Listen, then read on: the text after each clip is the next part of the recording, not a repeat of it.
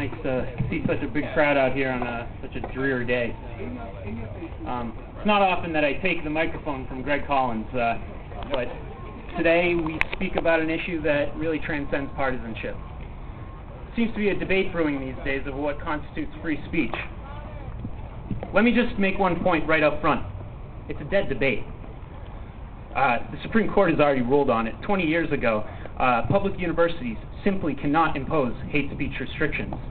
Now, I see a sign over there that talks about intimidation or inciting. Well, that's already covered. Fighting words doctrine has already covered that. That is unconstitutional. So, really, what we're talking about here is something entirely different. In the meantime, we have this Don Feder fiasco. Now, I think Don Feder's an asshole. I find his manner crude and his beliefs absurd. He's a well-spoken fool, and I don't think many take him seriously. Well, that was until now. Samuel Johnson once said, "Every man has a right to utter what he thinks the truth, and every other man has a right to knock him down for it. Martyrdom is the test." Well, now these protests have gone and made him a martyr. It doesn't matter what he believes anymore.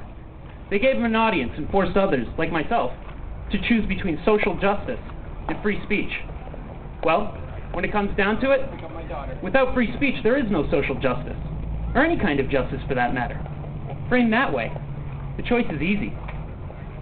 Free speech is a simple idea, made difficult by our natural distaste for opposing opinions. But in the words of Noam Chomsky, if we don't believe in freedom of expression for people we despise, we don't believe in it at all. Now, not all protests are bad. Everyone has the right to be heard. What I object to are bullying tactics.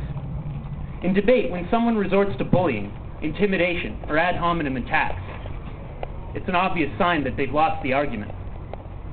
Why else would they abandon reasoned dialogue but for a lack of reason? If only the protesters had let him speak. Then take him on the Q&A. We wouldn't be here today, and Don Feder and his beliefs would have vanished in the public consciousness. But instead, they're playing right into his hands, making him look like a scrappy underdog, and Americans love scrappy underdogs. Those who shouted him down were not necessarily naive in their assessments of his opinions. Their beliefs may have been valid. I wouldn't know. They didn't give me the opportunity to hear a well-reasoned response.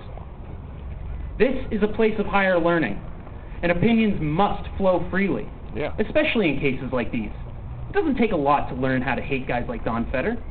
His talk may have been the best argument against his own opinions. But that didn't happen. The protesters made sure of that. Before I finish, I'd like to make 2 quick points. First of all, to all the activists involved with this fiasco, stick to your guns. You have the right to your opinion. That's the whole point. And you shouldn't relent. But for God's sake, take a public relations class. Learn how to actually sway people to your side instead of stroking your own politically correct egos with this ineffective picketing. Secondly, remember what it was like over the last 8 years, when your beliefs were castigated and told as radical. Remember what it was what it was like to be called unpatriotic for not supporting the war. Don't forget that, because as soon as you do, you become one of them. So rise above. Thank you.